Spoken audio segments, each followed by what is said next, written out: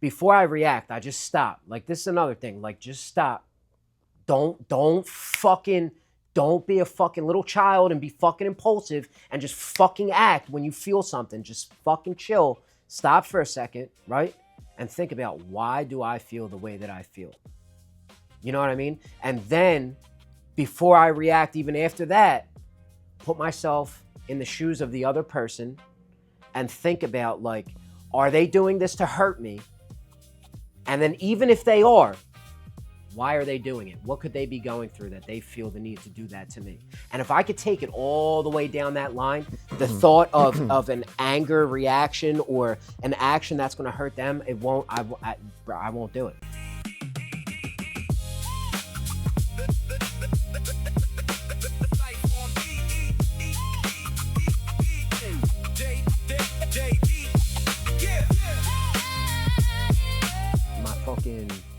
My sister gave me one piece of advice. She gave me feedback about the podcast. And the one piece of advice that she gave me was, don't wear dark shirts on recording day because I blend in with the couch. Thanks, sis. You know, my therapist gave me feedback though too. She said, when you're talking about certain things, get more in depth and get more detail, because that's how you're going to actually like help somebody. You know what I mean? Yeah. Like when you're talking about how therapy helps you so much, like talk about that. Like you know what I mean? Like don't just move past that. When I ask guys questions in sales, like customers over the phone, I was like, are you more a price guy, more of a value guy? And after I explain to them price versus value, they say like value. I'm like, well, like what do you mean? Like how? Like give me more. You know, I like when you tell stories and stuff and you give explicit details. Yeah. Like what kind of drugs did you use? Yeah, that's like it's like a whole different thing, because it's like so many years of my life I've spent in that. You know what I mean? So it's like easier for me to talk about that. Whereas like this therapy thing is still like a very new fucking thing for me. You know what I mean? Yep. And like I've only touched the surface of it, barely. You know what I mean? That's why I'm continuing to do it, because it's like I want to learn more about the psychology of my fucking psychotic brain. I love when there's somebody who's an expert who can help me process something by taking me down a certain lane. Yeah, I was talking to somebody yesterday, and they were talking about alcoholism, and this was similar for me. For a long time, I couldn't say, like, I was smoking crack, or I have a cocaine problem, and they couldn't say alcohol. And I was watching them say that they were an alcoholic, and it was like a cathartic, therapeutic thing for them. Because literally, like, you're not keeping it in the dark anymore. You're talking about it out loud. What? That's what we're doing. Everybody knows it now. You know what I mean? Yeah. That's why I'm like, there's fucking 3 cameras in front of our face, and all I do is talk about how I was fucking down the way selling works and fucking living in a tent, and like I'm not. I was laughing when you were saying this, you're selling works. Yeah. Not because like it's real, like that's my truth. You know what I mean? Like it doesn't. I'm not afraid to admit that. You know what I mean? Like I'm not afraid to talk about that, because like what I know to be true is like, bro, there's so many people that are fucking struggling with this disease that like I know for me, I remember I'm gonna fucking shout out her name. I remember when I was down there like last year, and like I was really going through some shit, bro, like fucked up. And I seen Lauren Gaffney's fucking TikTok that she got millions and millions of views on, and it's her like fucking, you know, nodding out, and then it flips to a picture of her like in sobriety, like 7 years sober, and it's like, dude, like she once felt the way that I feel right now. You know what I mean? I was just thinking today when I was watching our podcast about posting the picture of you, like when you got arrested, or what was the other picture of you, like the mugshot for that New Year's. Yeah, I was that like, was people big. would love that, because anytime, or oh man, the picture of your accident Yeah. when you had the fucking screws in your head, bro. Yep. Yeah, it was bad. Because sometimes I would just stare at that picture and be like, yo, like, where's my man at? Yeah.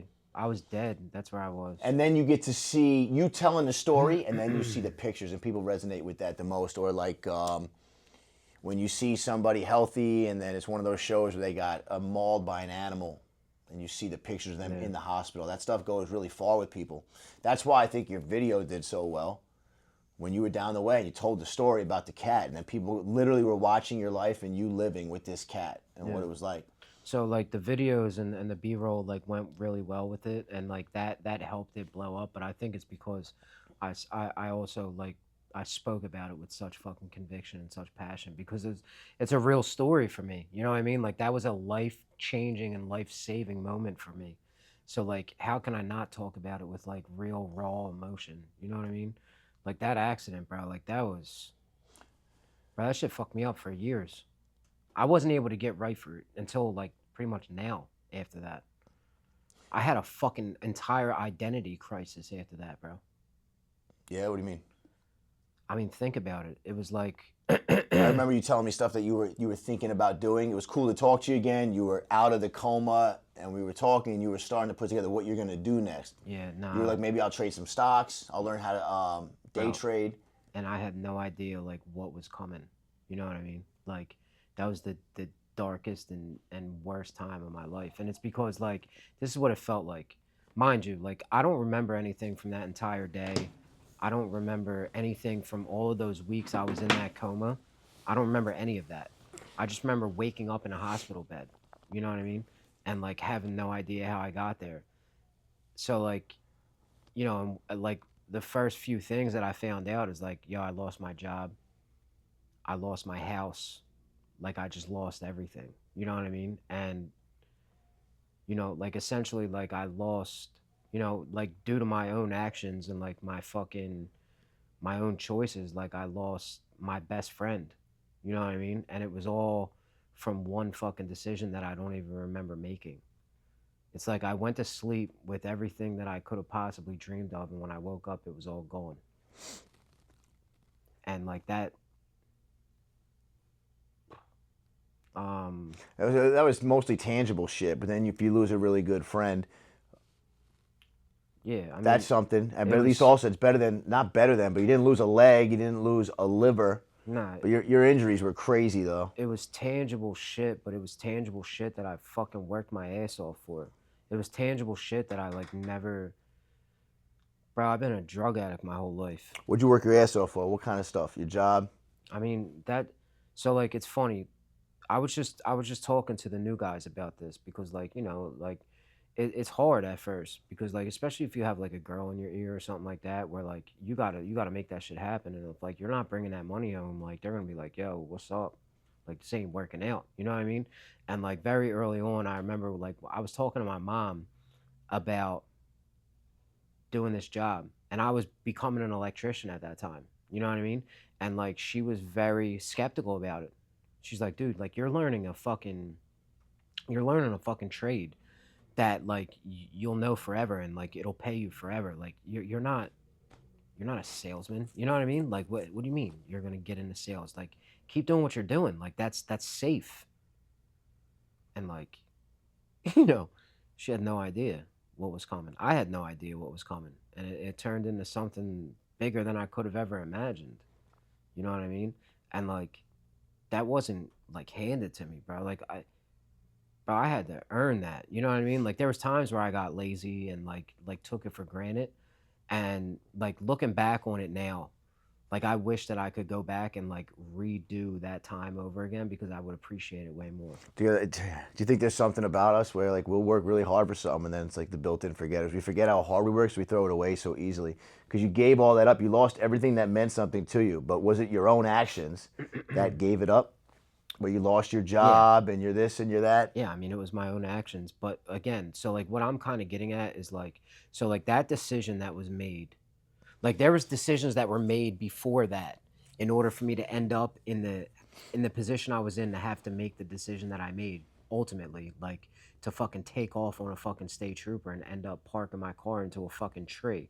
There was decisions that I made prior to that that I shouldn't have been making, like going to the bar, drinking on the fucking weekends, doing all of those things that I shouldn't have been fucking doing. You know what I mean? But like move that to the side for a second, like bro, that decision that I made to take off on that state trooper, I don't remember making that decision. You know what I'm saying? And in my right state of mind, I'm not taking off on a state trooper on 95, bro. You know what I mean? So it's like I make this decision not remembering, not consciously, and like that decision ended up in me losing fucking everything. I remember that day that you were at that brunch that turned into dinner. You know what was crazy too? You know what was crazy about that? So like I've never had my driver's license ever in my life because it's been getting suspended since before I could even get a license. That morning, my fucking suspension of years finally got lifted, and I was supposed to go take the test for my permit that morning, and I decided to go to brunch instead and just get belligerent drunk at 10 o'clock in the morning on espresso martinis. And it ended up in me fucking parking my ex-girlfriend's car into a fucking tree. You called me and I was just getting dressed for the morning. Yeah. Like I had just gotten out of the shower, like worked out, got out of the shower, and you told me to come there and you called me a pussy. Did I?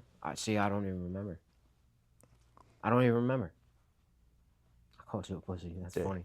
But then the thing about it was that was maybe, I don't know what time it was. 12, 1 o'clock? 3-4 hours later. I don't know, like what time did your accident happen? 4 something, I would guess? Nah, it was later than that. It was like 7, 8 o'clock. Jeez, dude. Yeah, I was whacked. I was like, so like after brunch, I drove all the way back to the condo and dropped my ex-girlfriend off because she was done. Like she was cooked, passed out. And I was like, fuck, I'm not done yet. And I went back out by myself. Yeah. You know what I mean? Like, can you imagine if she was in the car with me and I hit that Dead. tree? She'd be dead. Dead. 100%. And I'd be in prison. I pass that tree every day. I think it's huge. No bullshit. I demolished that thing. They said that you failed to negotiate the turn. Yeah. I read your article. Yeah. You've had a lot of articles, man. Yeah. That was a bad one, though. Because, like, here's the thing. So, like, when I woke up and, like, I come to and I'm like, what the fuck happened? Like, why? You know, I'm freaking out because I don't know. I was just on I was on life support, bro. I'm on a fucking ventilator. You know what I mean? And, like, my mom is sitting there, like, trying to explain to me, like, what happened to me. And, like, I'll never forget this. Like, she told me, like, months after, like, yo, when my mom's an ER nurse, like, her whole life, bro. And she said, when the doctor came out of the fucking, out into the waiting room and read off my list of injuries, she fucking collapsed on the floor because she thought I was going to die. What were they? I ruptured my aortic valve. I fractured my left humerus. I had 2 brain bleeds, fractured ribs, fractured spleen. My leg was filleted, like it was the aorta. That was the one. I have a picture of my phone. You want me to post it up with this video? Yeah, you could post it. That was that video was like, or that picture. It's like, you know, in the beginning, you don't share that with people, you know. Yeah. You don't want people to see somebody like that. So my mom. You had a Frankenstein screw in your head. Yeah, 2. I had 2 brain bleeds. You had full Frankenstein? Yeah, bro. You never go full Frankenstein. Yeah, the aortic valve, they say that there's a 10% chance of somebody surviving from the scene of the accident when having an injury like that to the end of the surgery. It was like an 9-hour surgery where they had to place a stent into my aorta. They went through my groin. My mom like explained it like it's almost like string puppets. Like that's how they go from your groin up to your heart. You know what I mean? Like, isn't it crazy how much work they'll put in to save somebody's life? If that surgery was 20 hours, they would have done it to save your life. Mm-hmm. I realized that. My father passed away recently, and I saw all the machines he was hooked up to and stuff like that. And they went at it. Unfortunately, he didn't make it, but they went at it for like 14 hours to try to save him. And a lot of times they do. Yeah. And those are experts and specialists and years and years and years of training. And then we'll go and use drugs and put our own lights out like fucking that. I was just about to say that. So, like, they spent all those hours repairing my fucking heart. And the first thing that I did when I woke up was willed myself to be able to walk again. Because I had to learn how to walk again. I didn't know how to walk. Like, and the only way that I was getting out of the hospital was if I was able to walk a lap around the hospital. And I didn't know how to do that. I had no idea how to do that. And I willed myself to be able to fucking walk again and went down. I want to say that about you. I was going to say that before. It's like one of the things about you is if you commit to something, you need that kind of conviction. Mm-hmm. And that is a thing for you, kind of whether for better or worse. You'll commit to whatever you're doing, whether it's the using and the drugs or the job. And you were talking before about this like salesman full commission job.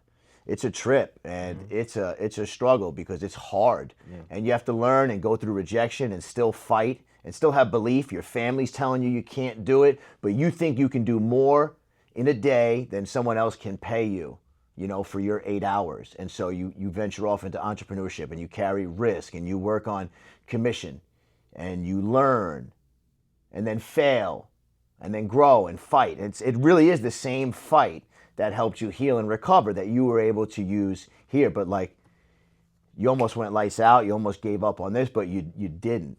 And like, thank God you're you for that. But that's really true about you, bro. And then for the dark side of it, like you'll get deep into the mix down the way too. Yeah, it was like that was a hard thing for me to like overcome, that whole thing. So hard, bro. It's the hardest thing I've ever done in my life. Doesn't it scare you that if you let the madness in, what it spirals into? Yeah. So I think part of it was like I said, it was like an identity crisis, because like for those years, like I hated myself. Even though I was doing so well, I hated myself. Like I wasn't okay with myself because I wasn't doing any work on myself, but like I wasn't doing drugs. And I fucking hated myself. And I portrayed this image of somebody that like I actually wasn't. It's like Louis Vuitton this, Gucci that, this, that, like I'm the fucking man, I'm him, I'm the shit. You know what I mean? But I didn't feel that deep down inside. So like what I needed to do was dress it up real nice with like the nice car and the nice clothes and the, $500 dinners and like, spoiling girls and fucking all of this shit, like this image that I had to keep up with. And as soon as I got into that car accident, it's gone. You know what I mean? I can no longer keep up with that image. And I was like, bro, what just happened? Like it's gone now. That was my identity. You know what I mean? It was fabricated because I didn't actually feel the image that I was portraying. Yeah. But like I was able to keep it up until I wasn't. It's a big crash. Yeah. Like, I mean, your lifestyle, the lifestyle crash. Yeah, bro. Yeah, bro. Like the drug crash. Yeah. And then like what it turned into was like in the beginning of the drug run, it was like I had all of these fucking things that I was able to sell off. And like it was so easy for me, dude. Like on a daily basis, I would just go take a fucking sweater out of my storage unit, go sell it for fucking $600. I would get a hotel, 2 bundles of crack, a bundle of fucking powder, and I'm gambling at the same time. You know what I mean? And it was great for like the first couple of months. Like I was okay with it. And so quickly, all of that stuff fucking evaporated. I'll never forget, like, yo, I had this big ass storage unit filled with everything that was in my condo, dude. Like 3 fucking clothing racks full of fucking $1,000 sweaters and all of this stuff. And like one day I walked in and I realized, like, yo, it's all gone. It's all fucking gone. Like I set the world record for how much stuff you could fit into a fucking crack pipe, bro. I don't know, man. There's some famous people, man, who are even the same on the next level. That was one of the most depressing things ever. If you had millions, you would have blown it. Yeah, it was so depressing, bro. Like I just watched it fucking disintegrate, bro, into nothing. And then, it turned into, now I don't have money for fucking hotels. So what do? Do I get my life together? No, I don't. I fucking keep it going. Because I can't stop. And all this was after the accident. Mm-hmm. So what's the timeline here? So we started working. You started absolutely killing it. You started living all ego, all stuff. So just self-indulgent. You know what's crazy? Not at first. At first, I was doing really well. And that's why my first year, like I was able to pay my taxes and do all of that stuff. Because I wasn't consumed with like the retail addiction and like this image that I have to put on. Like my relationship with the girl that I was with at the time was fucking great. She didn't think that I was like this self-centered, selfish fucking piece of shit that just like treated her like shit, because I wasn't, bro. You know what I mean? Yeah. And then at some point, like that ego and everything else just fucking took over. And like, it was, bro, do you, like, to have to keep up with that is like, that was like mental fucking anguish, bro. Like, I have to keep up with this image. Like, I have to wear a new Louis Vuitton shirt to work every Why? day, or else they're not going to think I'm Why? I don't know, bro. I don't know. Like, I had to have 150 You had pairs good of sneakers. fits, but like, why? Yeah, but like, you need to do so all like that. at the time, like I thought that that's what I was fucking doing it for, and like that's why I say like I wish I could go back to that, because like, you know, like I don't wish, because like everything happened the way that it was supposed to happen for a reason, but like I would have appreciated it so much more, bro. Yeah.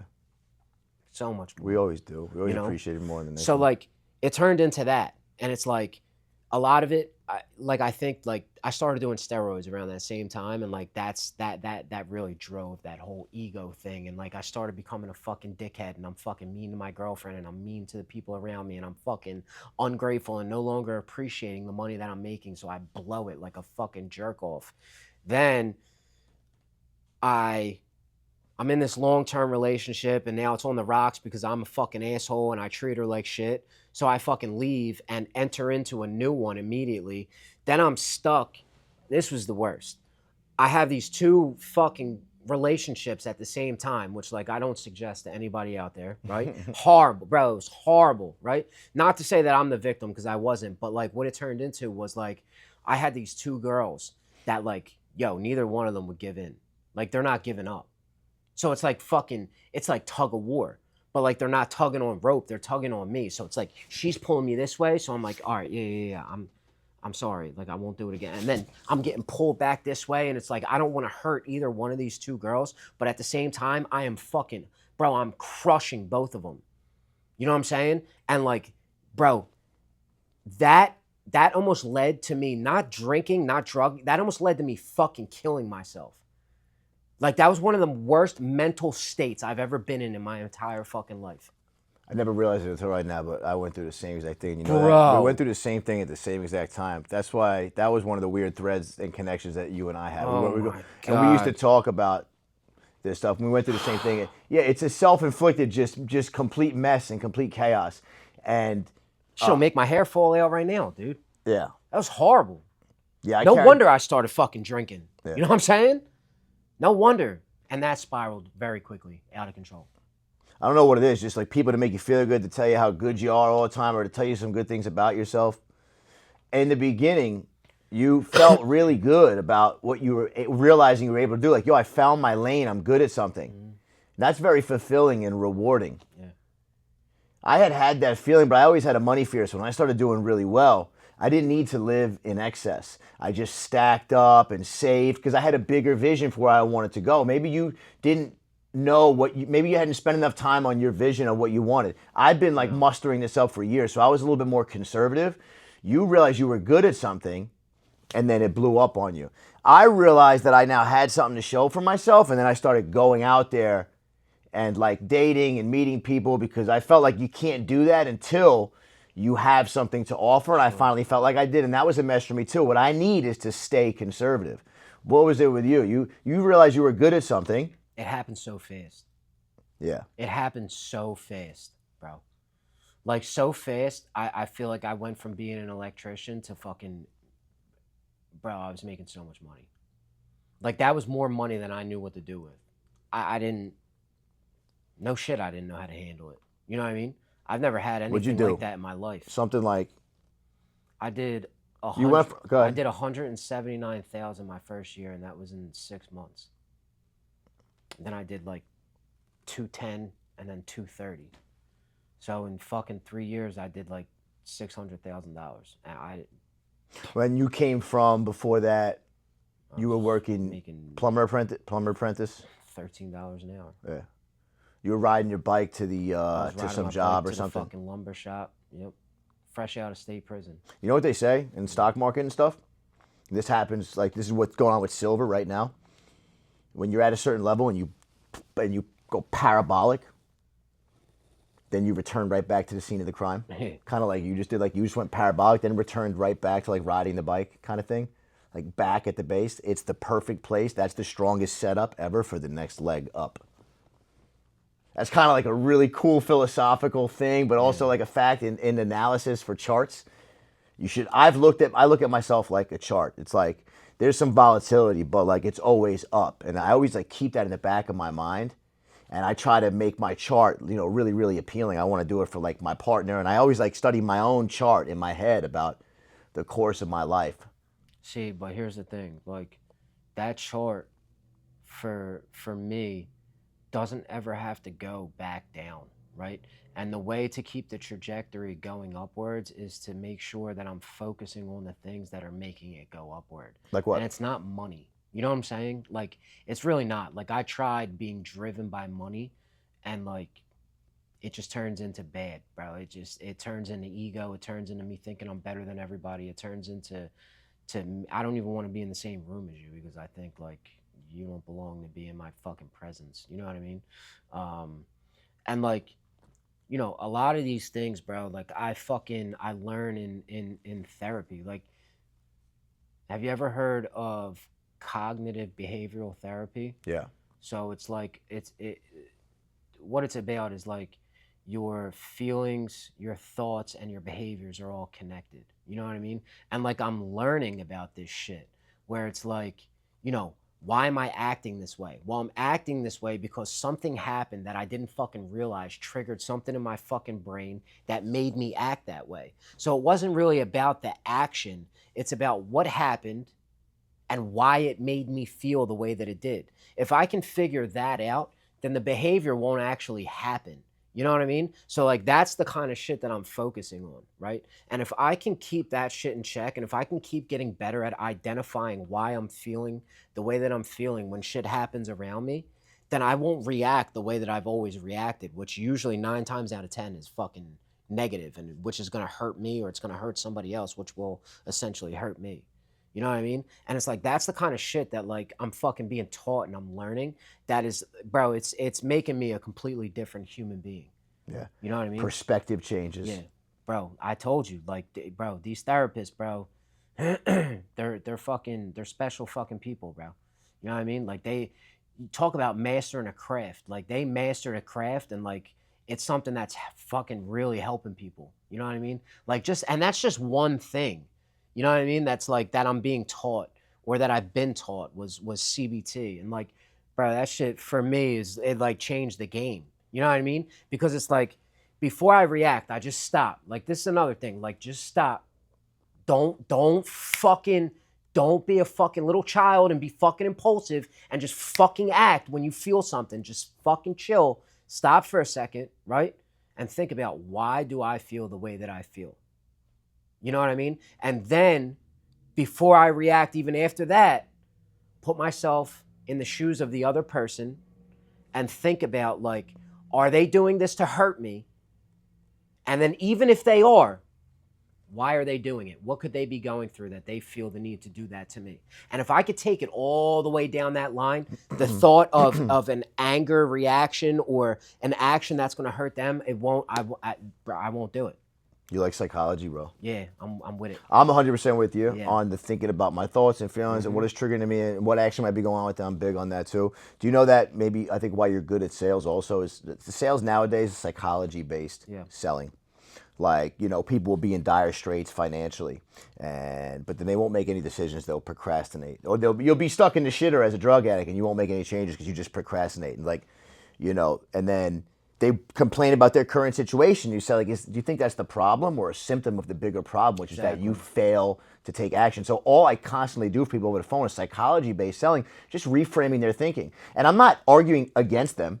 I can push back and challenge a thought. You see through blue lenses, I see through red. Yeah. So to you it's blue, to me it's red. But if I can show you a different perspective and help you realize how yours is a dangerous one, you can say, you know what, okay, you're right. And for people that are open-minded and willing, they'll take those suggestions and you could truly help them. Yeah. And that's the route we go in sales for people that need more savings for later. I think it's the same route we go in recovery. And as men, and I'm talking to a lot of the new guys, and what they love is this sense of community because we're always doing this psychology-based work with them. Just our nature now.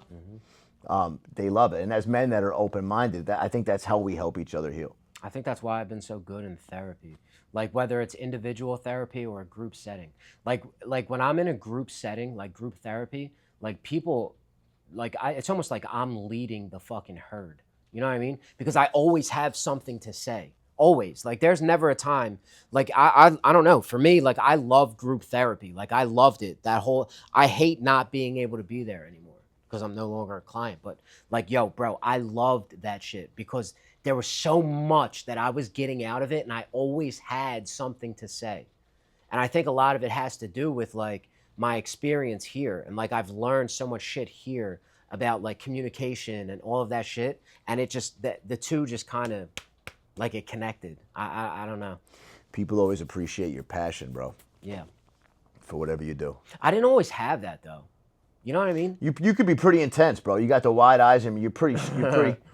Yeah. Well, I mean, my intensity was always like fucking anger, right? Well, that's what it seems like. But then if you get to know you truly, I mean, you're a good-hearted dude. When you're off the rails, you're the worst. But like another thing, like with therapy, is like they teach you like, yo, anger is a fucking secondary emotion, bro. You know what I mean? Like anger is just a reaction to something deeper that you're feeling, whether it's sadness, depression, neglect, whatever the fuck it is. That's just how you express whatever emotion you're actually feeling. That's anger. Right, like my feelings. So for CBT thing, like if you're angry, it's really because you feel like insecure or incapable. Something like that. Yeah. You know, so you have to change it. Exactly. Listen, I'm glad that we have a second wave together because it just could have went real bad. I forget what I was gonna say, but I could have died. You could have died. Yeah. You know what I mean? One of us dead. This whole thing just doesn't come together the way that it was supposed to. You know what I mean? You said before, you're like, yo, I wish I can get a second go at that, and we can. We returned right back to the fucking scene of the crime as two completely different people. Though. Yeah, and thank God we still have our faculties and we're able to be passionate. Yeah. And like I truly am grateful for that. I'm scared to use because it could have went bad. It gets real chaotic for the both of us. I almost died. You almost died. And we're still here with all our faculties, and I think now we're a lot more grateful. Yeah. And for that, like I don't give a shit, how anybody really perceives us. And I think for us, we saw a lot of great together. We were both young in our own ways, and then we saw ugly together. We went through the same situations with coming up in business, and then in our personal lives with the relationships, and then with the drugs, and now we're both returning back. It's a little backstory for us. Back to the scene of the crime, more wise, still alive, both very grateful, real passionate and serious, scared to go back, and we get to take that next leg up. Yeah. And this feels really good, man. It does. Yes, it does. I enjoy it. Well, I appreciate you letting me be a part of your shit, man. What are you aiming for over the next week? I'm about to start getting roommates, man. You know what I mean? Yeah. I'm about to start getting roommates. I'm ready for that. You know what I mean? Because it's getting a little quiet at home, dude. You starting to get sick of it? Nah, I wouldn't say sick of it because like what I know to be true is like real quick I'm gonna get sick of living with 6 other dudes. You know what I mean? But like it's okay because like I have my space to be by myself. Yeah. You know? Like I know one thing that like I'm really, really fucking enjoying is like I get up at 6 o'clock in the morning and like I just have those hours to just do whatever I want. You know what I mean? Like what I do my daily readings, like I read the daily reflection. It fucking sets up my day. I'll watch something on YouTube to like start motivating me for my 100%. day. And like I come into work like with such a good attitude, bro. You know? You've been really consistent and it's refreshing. It's dope. It's cool. Can I give you a little piece of something? Sure. Something to keep in mind. God gave you so much back so quick, but it's not to be feeling yourself about. It's because you're supposed to have those things because God wants to see what you do with it now, like on the second wave. Yeah. Because you got so much back that so many people would beg for. You have your hand in so many pots right now, and they're all good, and they all have huge upside for you, like fulfillment-wise, in all different ways. And that's such a beautiful thing, and you deserve it. And I think what God's saying is like, my child, my son, don't let it fuel your ego. Just be appreciative of it. Yeah, bro. You know what I mean? Be grateful for it and use it for good. You know what I mean? That's the most important thing, bro. Use it for good. Use it in selfless ways. You know what I mean? Like I'm giving you a fucking platform Don't use it to feed your fucking ego and get DMs from a million girls. Like, who gives a fuck? I don't give a fuck about that shit, bro. Like, you know what I want? I want DMs from people that are fucking stuck in Kensington asking me for help. That's what I want, bro.